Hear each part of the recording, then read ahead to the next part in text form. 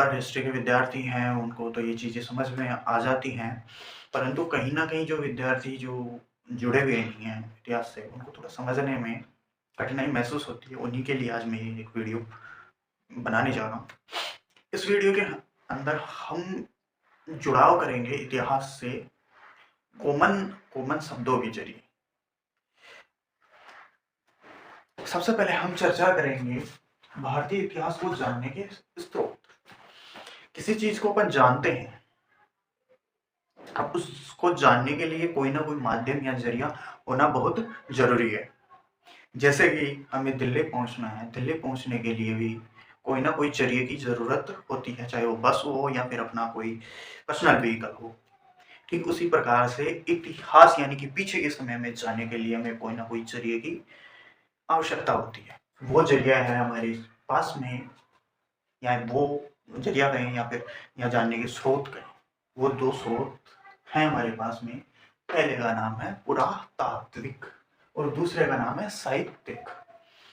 पुरा यानी कि प्राचीन, तात्विक यानी कि तत्व, ऐसे प्राचीन समय के ऐसे तत्व, या यूं कहें ऐसे तत्व जिनका जुड़ाव प्राचीन समय से रहा हो।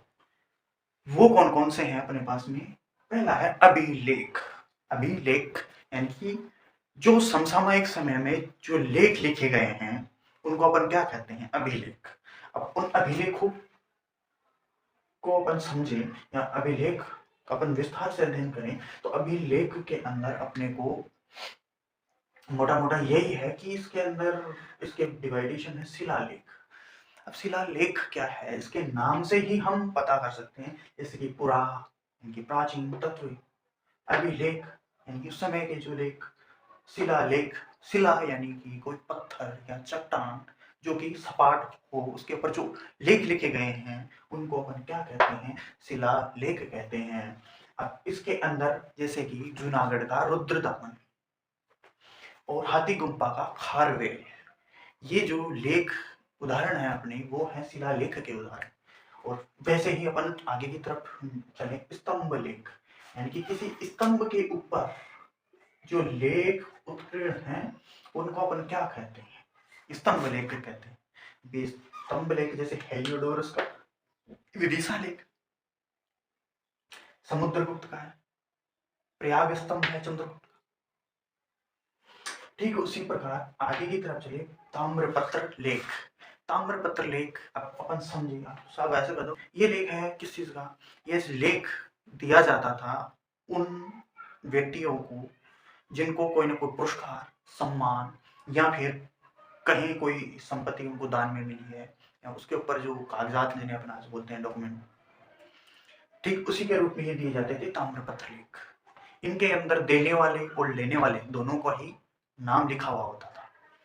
अब ये ताम्रपत्र लेख के अंदर दोनों का नाम लिखा हुआ था, तो अपने को इससे क्या प्राप्त हो रही है? जानकारी प्राप्त हो रही है उस समय की, कि फलाने ने फलाने को ये चीज इस रूप, इस सम्मान के लिए ये दी।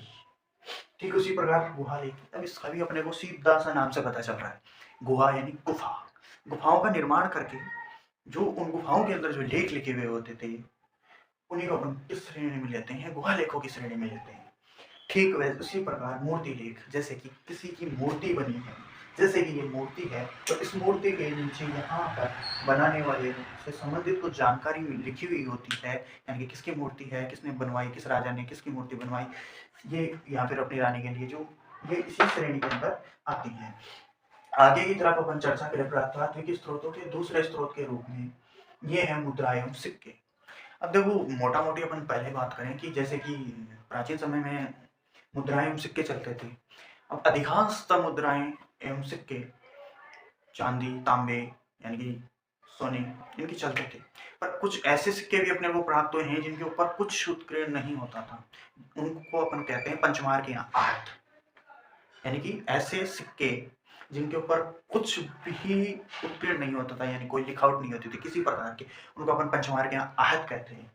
अब उन मुद्राओं में अपन जैसे तो कालांतर में जैसे गुप्त काल ये अपने जो आते हैं उसके उसके अंदर तो उनके ऊपर उत्कीर्ण होने लग गए थे, मौर्य काल में भी होने लग गए थे उनके ऊपर, जैसे कि राजा के चित्र बने हुए हैं, जैसे गुप्त काल में अश्वमेध पराक्रम का जो लेख लिखा हुआ है, या फिर राजा की चित्र के साथ में उसका मतलब सन वगैरह कुछ, तो ये भी अपने को इतिहास को जानने में स्रोत के रूप में भूमिका अदा करते हैं।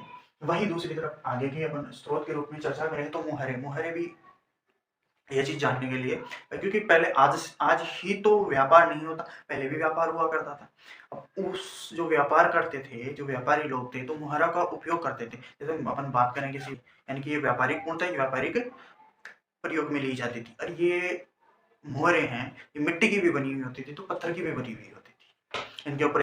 ठीक उसी प्रकार अगले स्रोत के रूप में अपन चर्चा करें, उत्खनन में मिले प्रोसेस।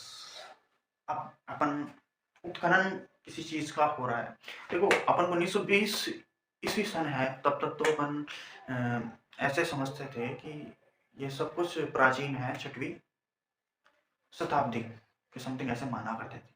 परंतु जैसे उत्खनन होता है इन सब चीजों का, तो मेरे को पता चलता है कि ये 6वीं शताब्दी ही नहीं, यहाँ पे तो 5000 ईसा पूर्व के समय भी सभ्यताएं फल फूल रही थी। तो मोटा मोटी यूं कहें तो अपन उत्खनन में मिले प्रोसेस, अब उत्खनन में अधिकांशतः अपने को मृद भांड मिले, मनुष्य की हड्डियां भी, उसके औजार प्रस्तर जो भी वो उस टाइम यूज करता होगा, वो सब चीजें अपने को मिली। अब उन्हीं के जरिए अपन अनुमान लगाते हैं। अब स्मारक के ऊपर अपन चर्चा करें।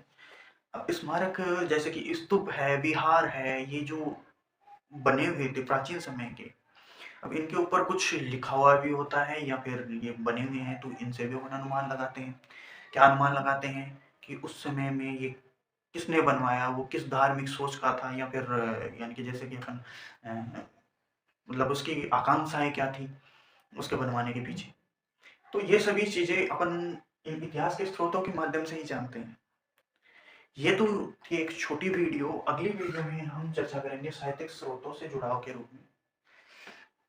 परंतु मेरा इस वीडियो को बनाने का उद्देश्य ये था, देखो अगर जो